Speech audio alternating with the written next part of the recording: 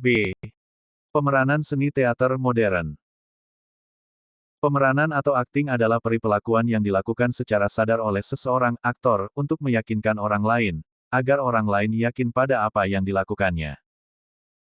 Ada dua jenis akting, yaitu akting presentasional dan akting representasional. Maksud dari presentasional adalah akting yang pemerannya memadukan tubuh, roh, dan jiwa dari karakter yang ada di dalam naskah ke dalam dirinya sehingga menghasilkan mutu akting yang wajar, indah, dan tepat. Adapun akting representasional adalah kebalikan presentasional, yaitu bentuk sajian teater paling tua dan bertahan hingga kini dalam sejumlah sajian teater tradisional yang menitik beratkan pada gerakan-gerakan lahiriah tanpa merinci detail gerakan-gerakan batin. Seorang aktor harus menggunakan alat-alat tubuhnya agar mampu berekspresi dengan baik. Oleh sebab itu, aktor harus menjalani latihan-latihan dasar yang merupakan tahap perdana. Sebelum latihan-latihan dengan naskah yang mengurai peran dengan berbagai sifat, tabiat karakter, perangai, dan perilaku. Latihan-latihan tersebut salah satunya untuk menguasai teknik pemeranan. Teknik merupakan cara, metode, dan strategi dalam melakukan sesuatu kegiatan dengan tepat dan baik. Teknik pemeranan adalah suatu cara dan metode untuk membawakan peran atau tokoh dengan penuh totalitas. Dalam memerankan tokoh, seseorang perlu mengoptimalkan keterampilan potensi pikir, perasaan, vokal, dan tubuhnya dalam membawakan peran dengan penuh penghayatan. Teknik pemeranan terdiri dari beberapa unsur latihan berikut. 1. Olah tubuh. Olah tubuh merupakan bagian ekspresi seni fisik yang berupa latihan atau pengolahan tubuh agar memiliki stamina yang kuat, kelenturan, keluasan tubuh, dan daya refleks atau fleksibilitas tubuh. Olah tubuh terdiri dari latihan sebagai berikut. A. Stamina, kekuatan tubuh. Latihan kekuatan tubuh bertujuan agar fisik kuat dan pernapasan sehat. Contoh latihannya dengan berlari beberapa putaran sesuai dengan luas lapangan atau sesuai dengan luas ruangan kalau di dalam gedung.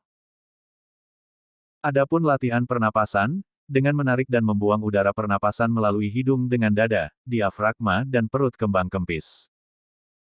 Setelah itu, latihan dilanjutkan dengan aktivitas peregangan bagian otot tubuh. B. Stretching, peregangan. Peregangan merupakan latihan pada bagian otot-otot tubuh agar lentur dan memiliki daya gerak refleks. Contoh latihannya dengan menggerakkan atas bawah, kanan kiri, putaran, keluar ke dalam anggota tubuh mulai dari mata, mulut, muka, leher, bahu, dada, pinggul, pantat, lengan, pergelangan tangan, jari tangan, paha, kaki, lutut kaki, betis, engkel kaki, dan tumit. Setelah melakukan peregangan, latihan dilanjutkan dengan menjaga keseimbangan tubuh. C. Keseimbangan tubuh. Latihan keseimbangan tubuh tujuannya melatih kemampuan otak dalam menguasai tubuhnya.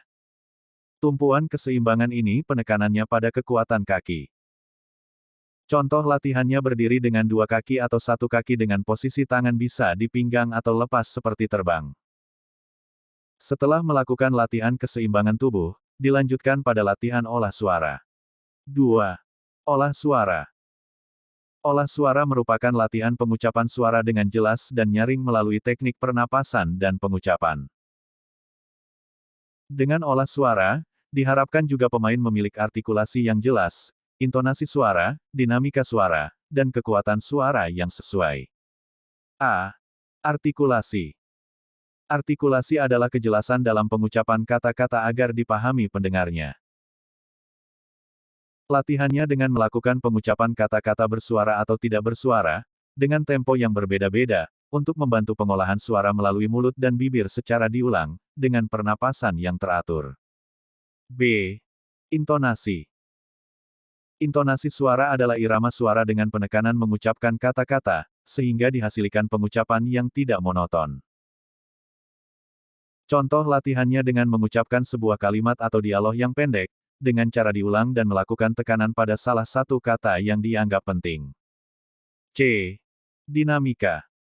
Dinamika suara adalah cepat lambatnya pengucapan suara dari sebuah kalimat.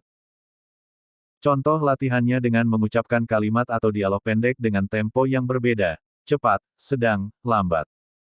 D. Power atau kekuatan.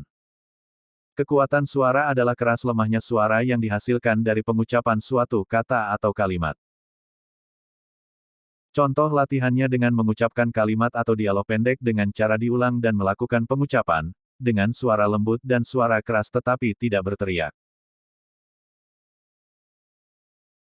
Adapun contoh latihannya, misalnya latihan berbisik, latihan mengucapkan kata atau kalimat dengan variasi tempo cepat dan lambat, latihan-latihan ucapan baik berupa kejelasan ucapan, tekanan, maupun kerasnya ucapan yang pada dasarnya adalah satu kesatuan yang utuh, ketika pemeran sedang berbicara atau berdialog.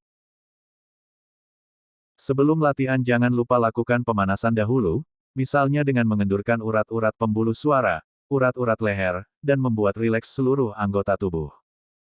3. Olah rasa, sukma. Olah rasa adalah suatu proses latihan untuk mengasah kepekaan panca indera dan perasaan.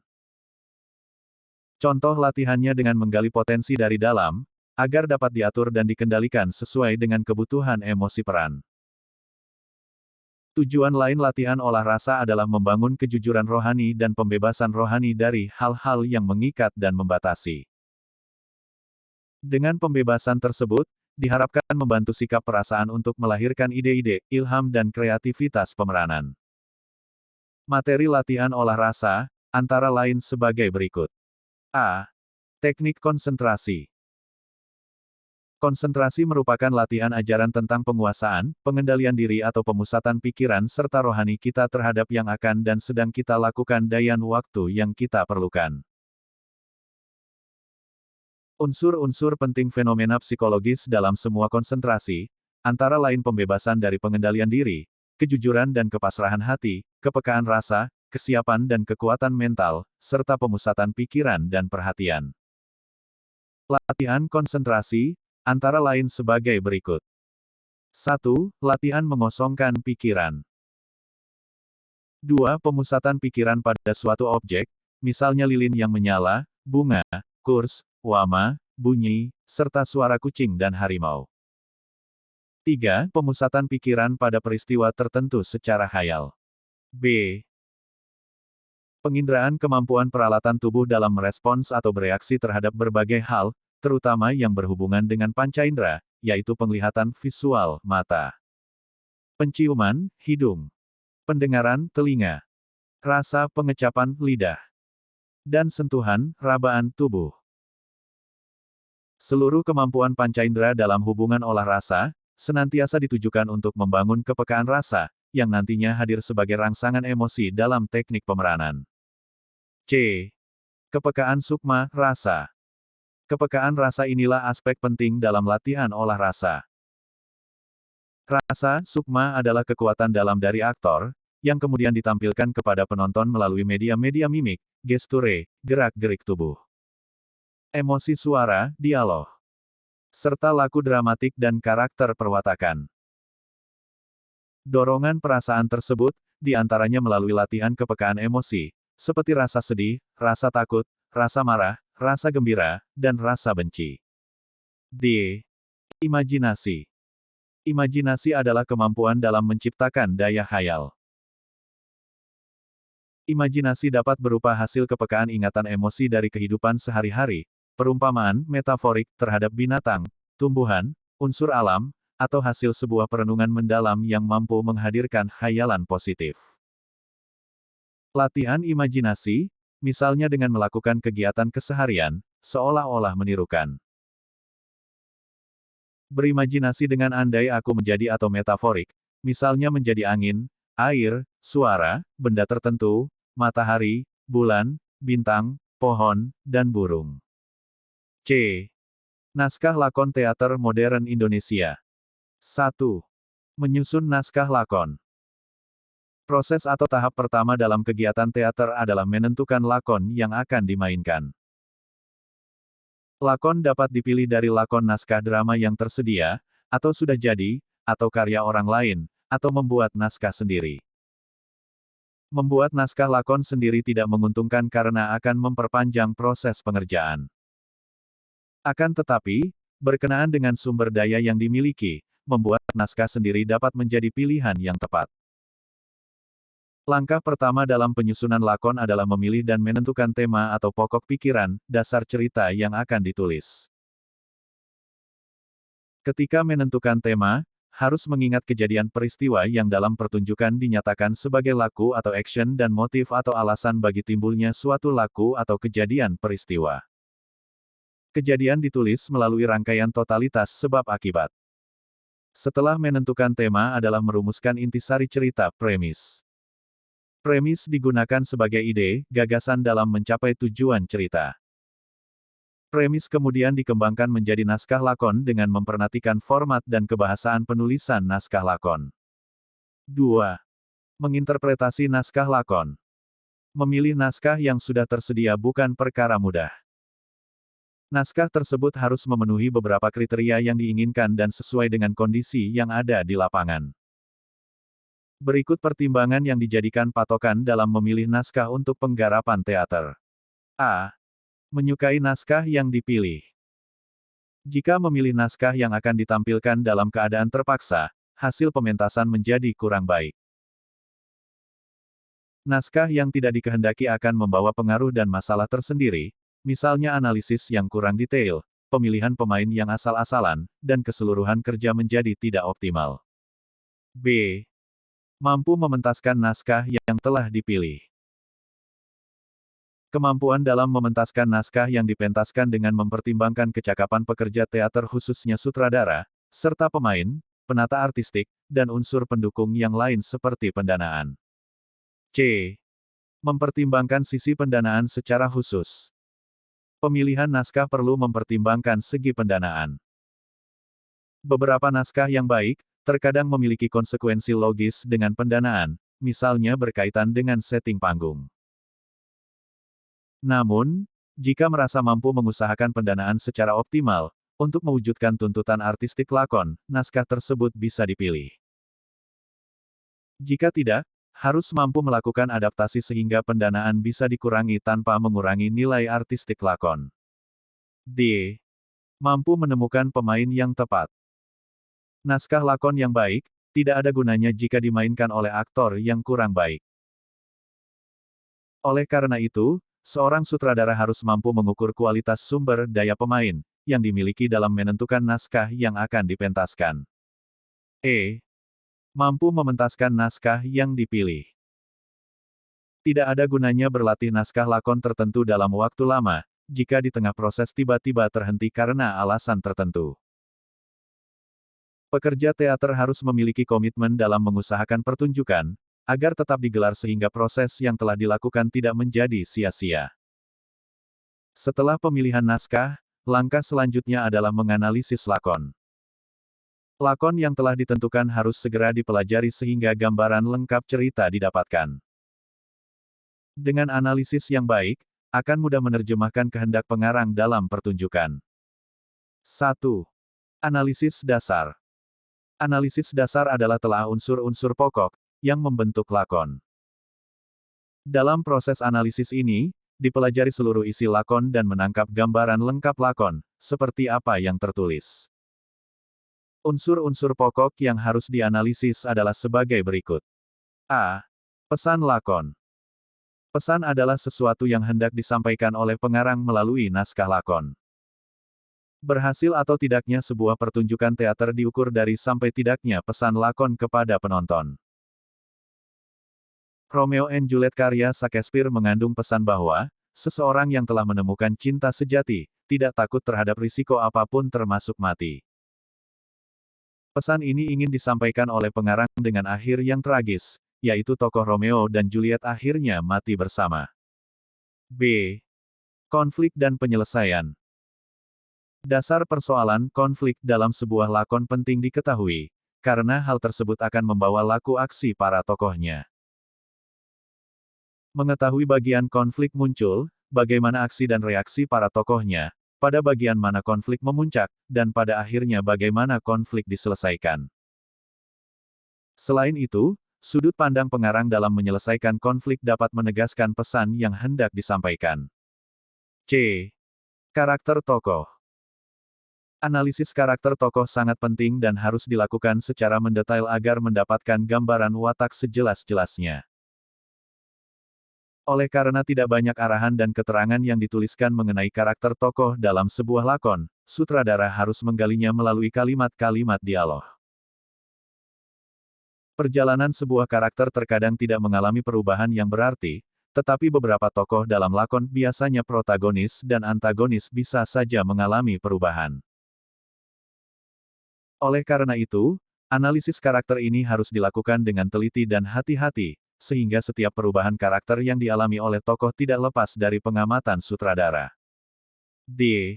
Latar cerita. Gambaran tempat kejadian, peristiwa, dan waktu kejadian harus diungkapkan dengan jelas, karena berkaitan dengan tata artistik.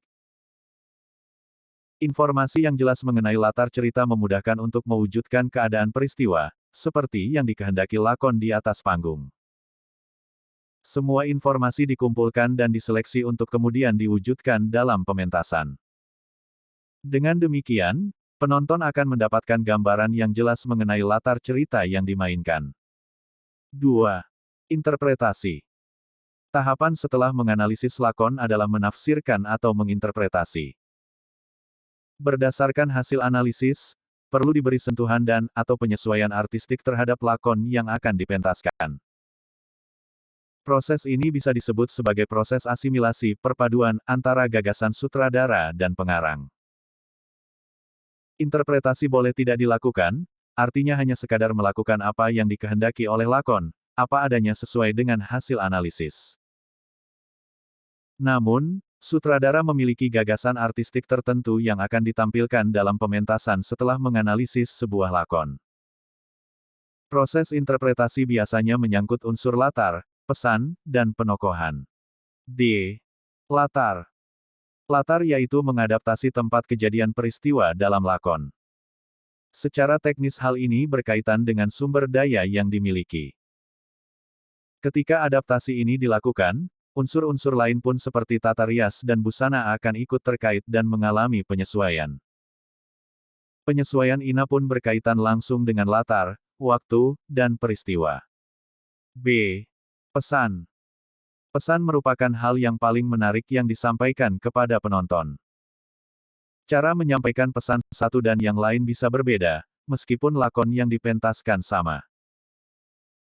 Cara menyampaikan pesan ini menjadi titik tafsir lakon yang penting, karena pesan inilah inti dari keseluruhan lakon.